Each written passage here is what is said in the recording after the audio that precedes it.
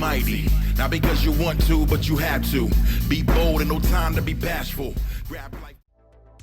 Hello and welcome. My name is Samuel Ray, also known as Dr. Sam, and this is Art of Rally. One of my favorite racing games, honestly, of all time. I also am a rally head when it comes to the real-life motorsport. So, yeah, it's just kind of one of my favorite games to play. And I have been playing the weeklies in the efforts of trying to meet a certain performance threshold. So every time you run a weekly, or even a daily, it shows how much better you did. Well, more accurately, it shows a percentage that denotes how many of all other players that attempted it that you did better than. So let's say 80%, better than 80% players, better than 70% players, and so on. So I'm aiming for a top 50% performance. And so far, the closest I've gotten is 55%. So what we're going to do is we're going to start off with the daily event so I can warm up. Then we're going to go straight into the weekly.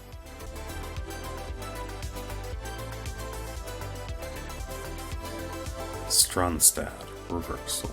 Okay. Ooh, yes, I get to drive the Porsche. Awesome. Alright, let's roll.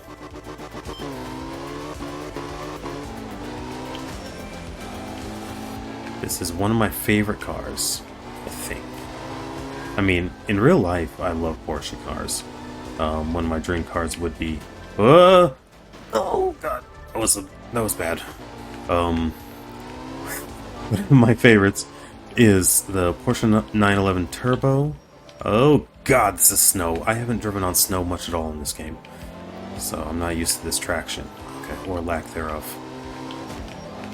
This is a rear-wheel drive car, I believe. So I need to brake a lot earlier. There we go. Take it a little easy through some of these turns. Manage my throttle control a bit better. There we go. But yeah, the Porsche 911 Turbo, like growing up, I loved the 1993 version, I believe. And as a dream car, I would love to have like an early 2000s Porsche 911 Carrera. But, well, that would be hard to have at the moment. But they are very fun, driver-oriented cars. Very good handling, despite the engine being in the rear. They put a lot of thought into the engineering of how the weight distribution works and weight shifting works upon under throttle and under braking. So despite not having the Miata's, 50-50 distribution, they actually in some ways are better in terms of rear-wheel drive acceleration due to applying more weight on the rear wheels. But then also engineering the thing so that it properly shifts weight to the front driving wheels, so that when you brake and weight shift forward, you can actually steer properly. So, yeah. And in this game, it's pretty fun to play. You can feel the way the weight distribution works.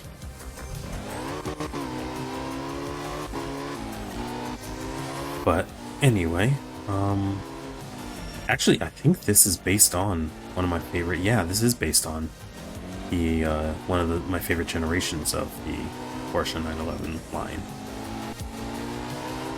Great cars, really.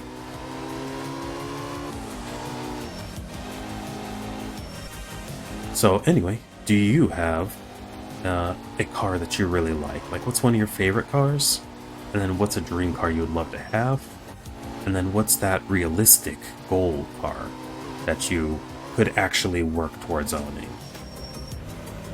So let me know in the comments what you think about those 3 things. Or any of them that you want to answer. Like I said, I would love to have a Porsche 911 Carrera, like a 2005 one or something like that, but they are even that old. typical Porsche is very expensive. And then you gotta find a clean model that doesn't have a lot of rust and mechanical issues, so hard to do, hard to do. I also would love, if money was not an issue, a Subaru WRX STI, particularly the Impreza WRX STI line, before they separated the Impreza and the WRX into two separate models. I just really like the Impreza WRX STIs in their rally heritage, back from when Subaru was killing it in rally, in the World Rally Championships, and Group B and Group A particularly. But you know, actually I think it was just Group A. But yeah, those cars get awful gas mileage though, so not a great car to own if you want to, you know, be able to get around without hanging an arm and a leg on the reg. Didn't mean to rhyme, but hey, it works.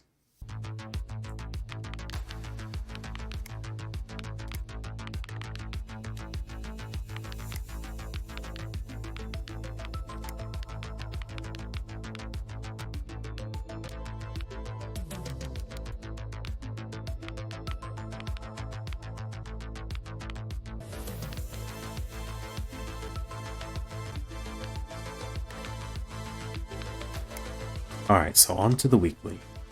Let's see what car they give us for this one. What I'm going to do is, because I'm going to be busy over the weekend, I'm going to run the weekly now, and then Saturday after 8, I'm going to record to see how final results turn out. And that'll be at the very end of the video. So there will be a slight gap between the portions. And then when it comes to, you know, I'm just trying to do this weekly. Ooh, nice. Drive the Datsun 240Z. I like this car. It runs a rotary engine. Future Sam here. While editing in post, I realized that I was completely wrong about this thing. It does not run a rotary engine. It runs a naturally aspirated inline 6. I do not know how in the world my brain mixed them up in the spot, but hey, that's how it goes. I'm still learning a lot about these things. Alright, that's it for me. Enjoy the rest of the video. So, you're rewarded for keeping your revs high. Now, if I was racing manual, I could do a whole lot better with this, because then I could drive in lower gears longer and let those revs just skyrocket. So it's harder to get the full potential out when you're driving an automatic transmission. But it handles pretty well, not gonna lie. Okay, it's got good heft to it and good handling.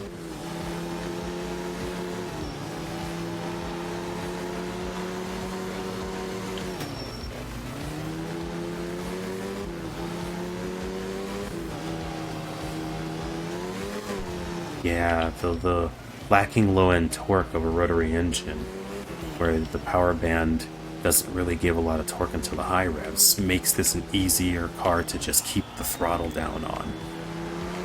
And then you just focus on your steering. Heck yeah. Okay. Hitting these corners much better. Ooh. Okay. Why does that kind of stuff have to happen right after I say something like that? The universe challenges me. The scuff factor kicks in hard. Okay. There we go.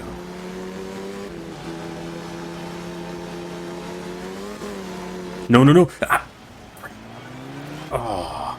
So with the weeklies, damage counts. And you only get one repair stop. Smack dab in the middle of the 4 stages. So slamming the nose of your car into an immovable object like that is not great to ensure your performance going forward. I probably took some damage to either the engine or the transmission with that. So it's probably gonna hurt my acceleration or my gearing. Ugh. Which, to be fair, since I'm driving a rotary, I don't know if making the gears a bit longer is gonna hurt this car as much, since it gets to put more power in the high revs. But still. You don't want to bust it up before in the early stages. If you do take damage, you want to do it in the second stage and the final stage. Really just the second stage. Alright. We're getting back into it. We're getting back to the flow of things. Ooh, that was a blind crest. I had to be careful there. I had to lift. You don't want to fly into those, where the crest at a high elevation that you can't see past. Do not want to just go flat out into that. Hey, 55% performance on that stage with that car under these weather conditions and time of day. I did pretty good, all things considered. With these weeklies, the way to succeed is it's all in your adjustment. How well can you adjust to the car you're given and how fast, because you don't get to know what you're going to drive beforehand.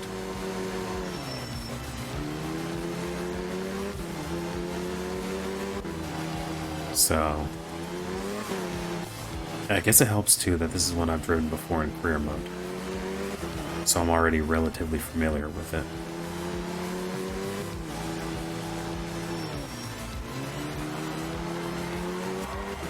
Also, one thing I love about night stages is how the game simulates the way light bounces off of objects and casts shadows. Like, I think it's just really cool. For a low poly game, this game looks great.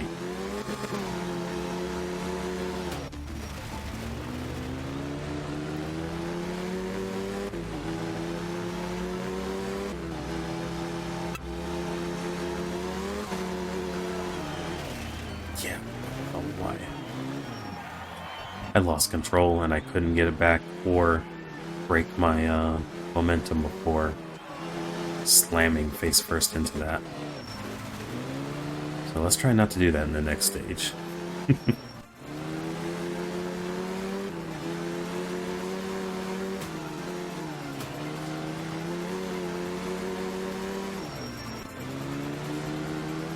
So, going forward on this channel, I'm going to be diving a bit more into racing simulators.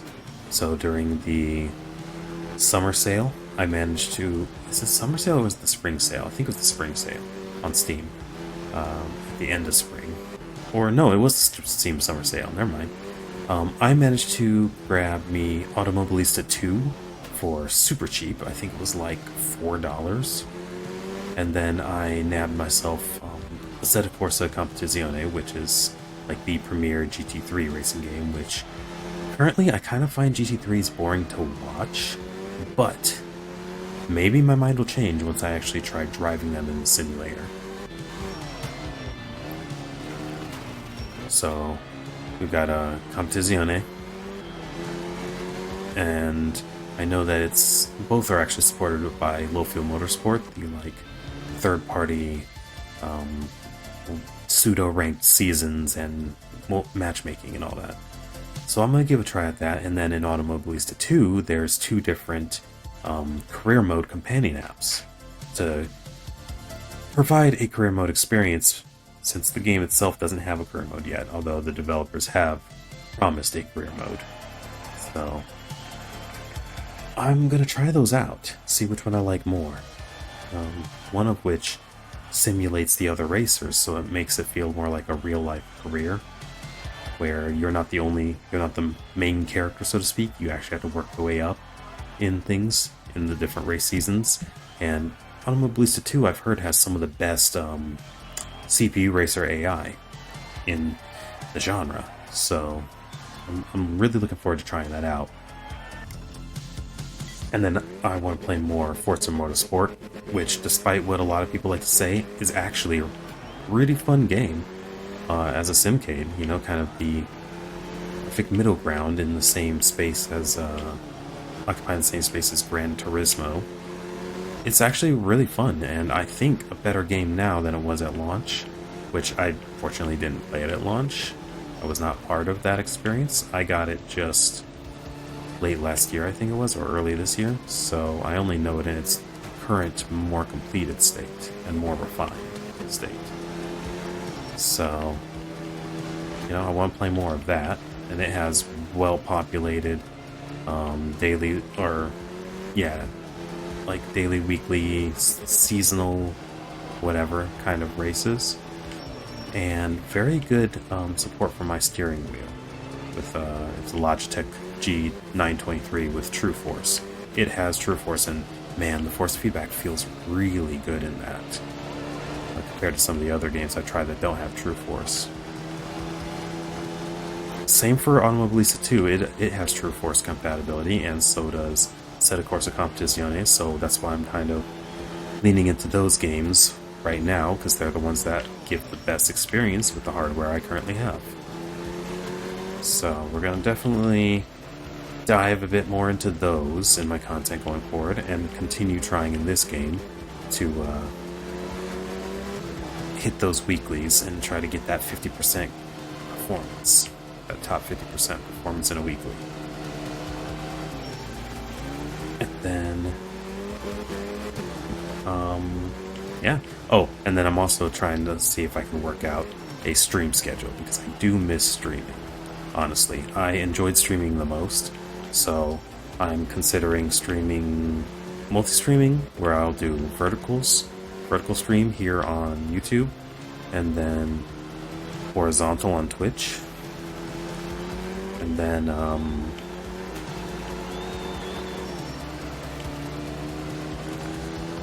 and trying to work out a good stream schedule. So far, the tentative schedule is going to be Tuesday evenings and Thursday evenings, with the occasional bonus stream on Sunday evenings, possibly. Wow, I'm surprised I did so well while talking that entire time. Okay, this just might be a car I'm good with.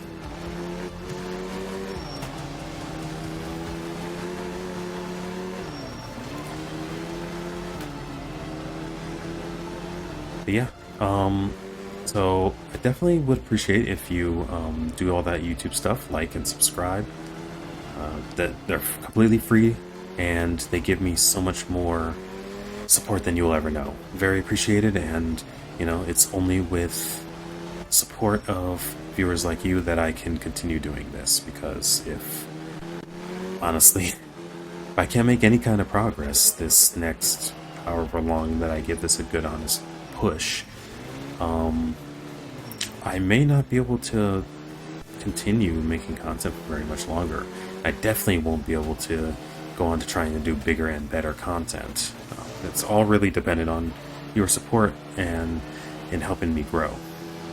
Because I just, I have a day job and very limited free time, and I can't really financially afford to put much more time into content unless I see some growth.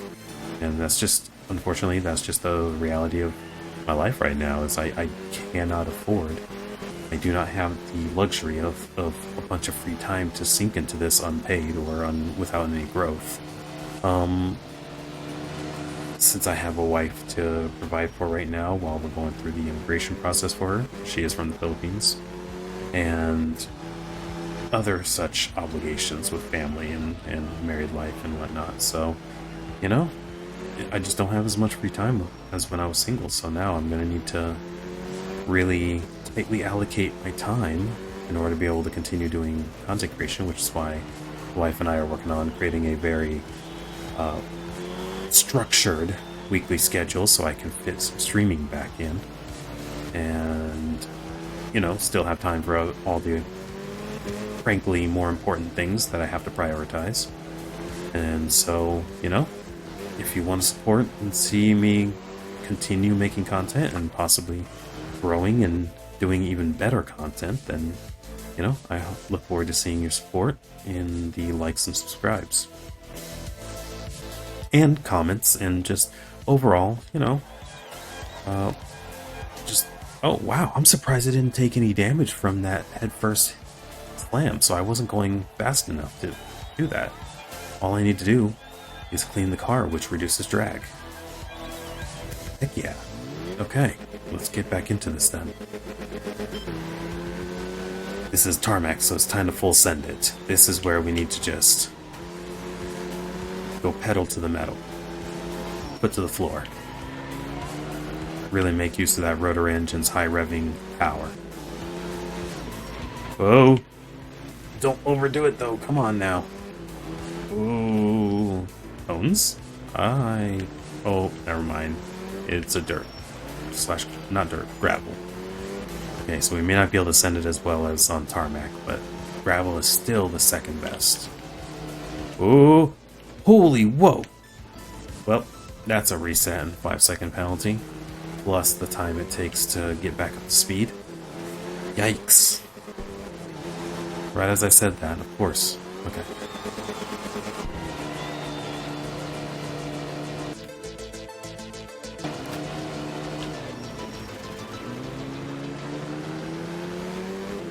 Okay.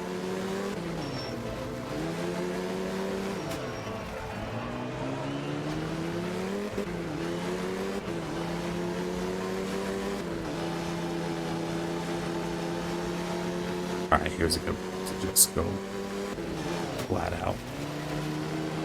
A little bit. Alright, time for a jump. Do I have a list? Is my car leaning right? I hope not. No. Well, if it wasn't before, it is now. Ow. Alright, let's let this rest center. I think I do have those. I think it pulls to the right a bit. Crap. That's gonna really negatively impact the rest of this run. I need to find a good straight to gauge this. Yeah, I think it pulls right. Let's see. Uh-huh. I'm at true neutral and it's pulling right. That's great. So I'm going to have to account for that in my steering.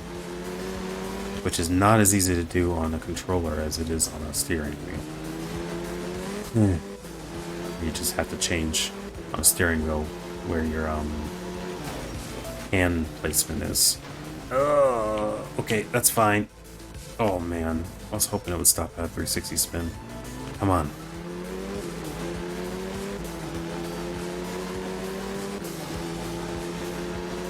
Still pulling right a bit.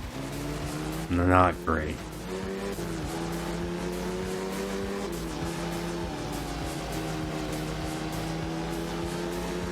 No. Okay. Whew. I was worried there for a second. I was thinking I was going to hit another tree.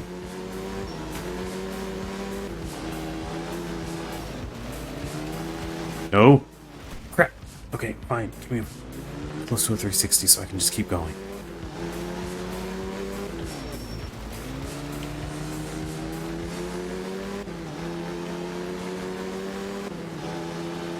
Another jump. I need to angle it better. There we go. That was a perfect jump. Yes. Okay.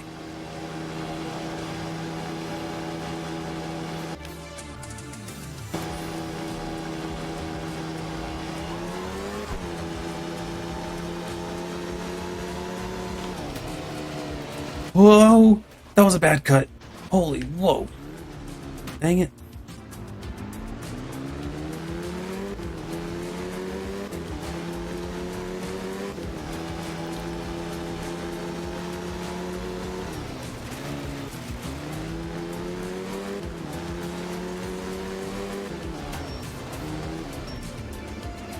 No. Get back on the road. Come on. There we go.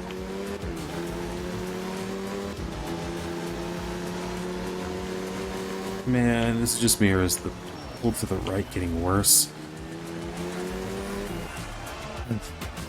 Jeez, that was a heck of a stage. Yeah, I only got top 80% performance on that one. That was not a great performance. And now I gotta deal with the car pulling right on the final stage. Oh, man. And I started so strong in this weekly as well. Man.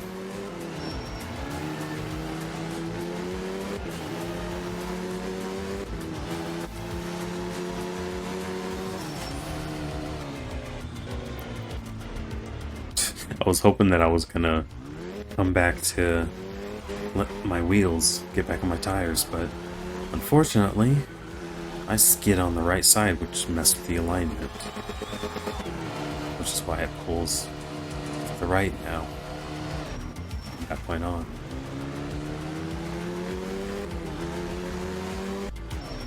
You know, that actually reminds me. I actually like rotary engines in real life. They are a pain and a half to maintain, though, is the problem. And then it is inevitable that they will die at some point and have to be rebuilt.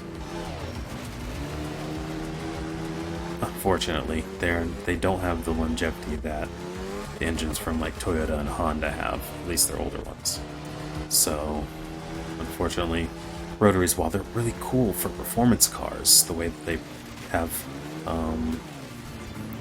low, like, you know, not much torque at the low RPMs, so you can just gun it, and then it rewards you for driving well, because if you can keep the RPMs high and keep your momentum, and, you know, if you're good at handling the car and good at gearing, if it's driving manual, then you can really crank out some power at high revs. Unfortunately, high revs also burns more gas, and rotaries specifically have to inject oil inside the engine in order to keep it spinning properly. So it burns gas, giving really low gas mileage, and it burns oil. So they're really only good cars if you have a lot of money to keep her topped up, you know, keep it up topped up with oil and gas, and do frequent oil changes, much more frequent than most other cars, and then the other upkeep that's required, periodic compression tests, and the other diagnostic and maintenance related stuff that you need to do on rotaries that you don't need to do on other types of engines. So it's definitely an enthusiast car for those who are willing to put the money into it and plan on really running it, because those cars you actually want to redline it relatively often. You want to let her run in those high RPMs, and if you're only doing short commutes, you know, to work or to get pushers or whatever, then you're not gonna be able to drive it hard enough to keep it running well. So these are truly like cars made for driving like mountain passes, where you can keep the RPMs high in lower gears and whatnot, while handling the twisties in a really well balanced car like an RX-8, or if you're going to drive it on the track, or like in this case rally or rallycross or whatever.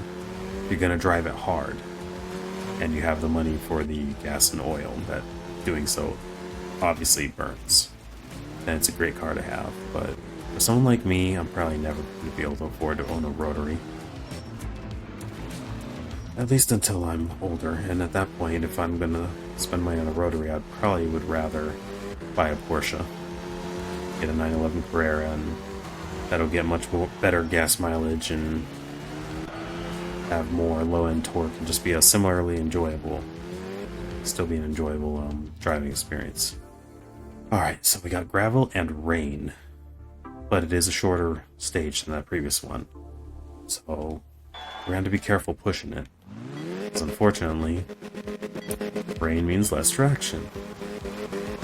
Now, rain on gravel isn't as bad as rain on dirt, because mud is more slick than wet gravel is.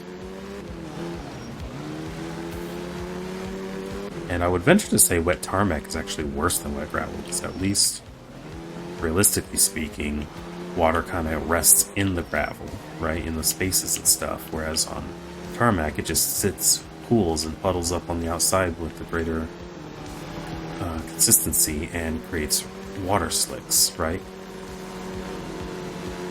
And on some roads that are particularly oily, well, it causes the oil to rise to the surface and basically creates, all the puddles are oil slicks. So gravel, when it comes to rain, gravel is actually kind of where you want to be driving on. Especially if you've got all-wheel drive. which I don't think this car does. But if you've got all-wheel drive and it's raining, gravel is ideal. At least I would think so. I don't have experience through it, I'm just kind of spitballing based off of logic and what I currently know about driving dynamics. Alright. Come on. Get into third.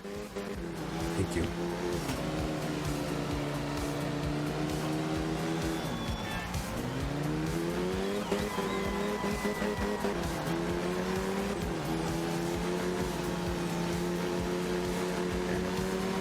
I'll lock in a little bit because of this rain. Okay.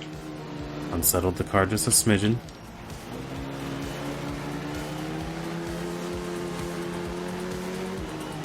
I am surprised I got away with that cut. Holy crap.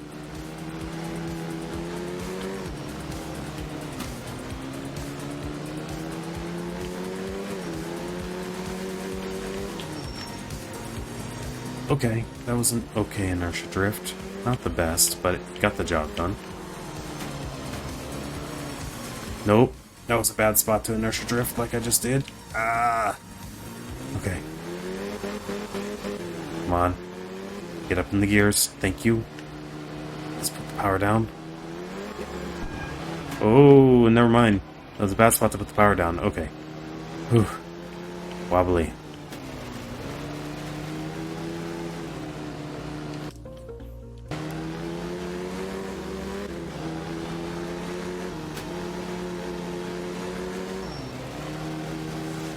No. Okay.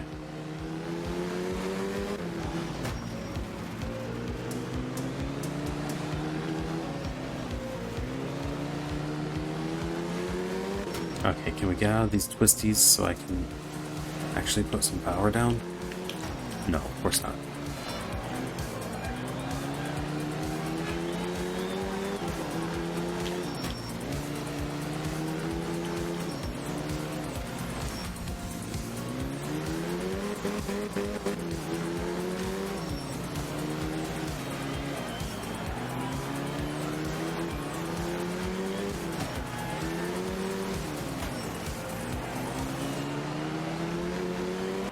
That track was all twisties.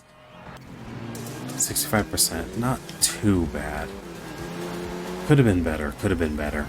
I'm curious to see how final performance looks.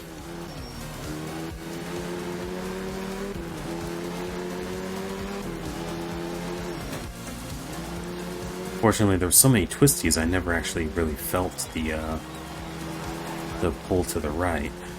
Although I imagine it made my left turns a little more difficult. But, you know, we got somewhere. We got somewhere.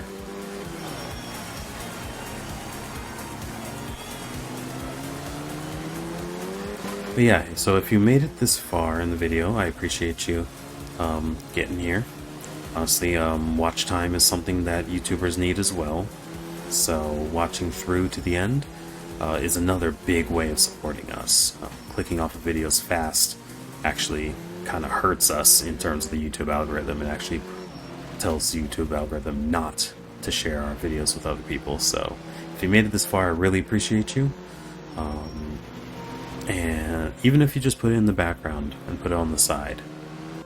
But yeah.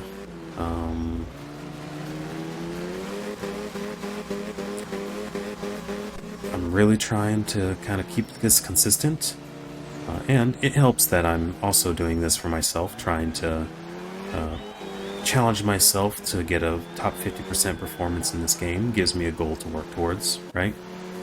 So that keeps it fun just for myself and kind of documenting my progress on this channel with this. It's not a super popular game that's going to get a whole bunch of eyes on it. It's very niche, but you know, I enjoy it, so I want to continue doing this. So if you do happen to be someone that this gets to, then I appreciate your support, since it's not gonna go viral by any means. That's just not the kind of game that really facilitates that, but that's okay. If you can't enjoy what you're doing, why are you doing it, right?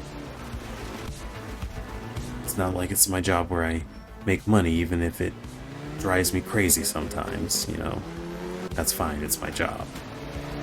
But with content creation, it needs to be fun, right? If you're not enjoying the process, you're not going to enjoy content creation. So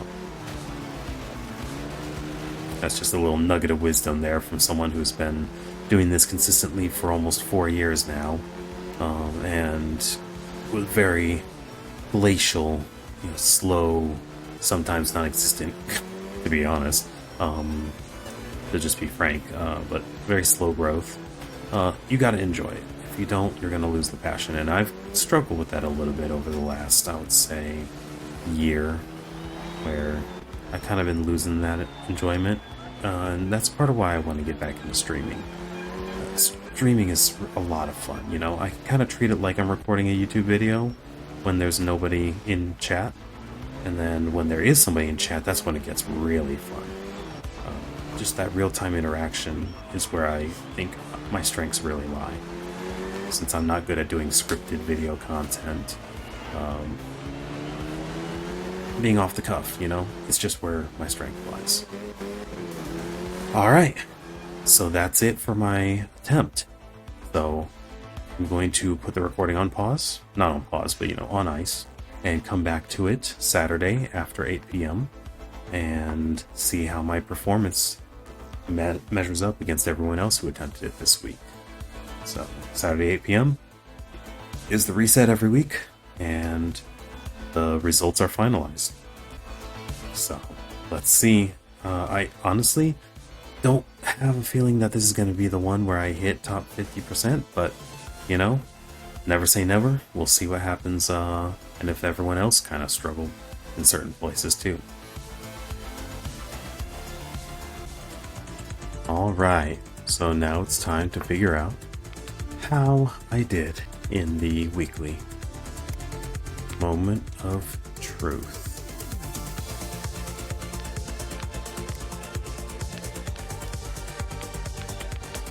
Top 65%. Okay, so I didn't quite do as well as I did last week. Last week I just performed a lot better in my well, the last 2 attempts actually.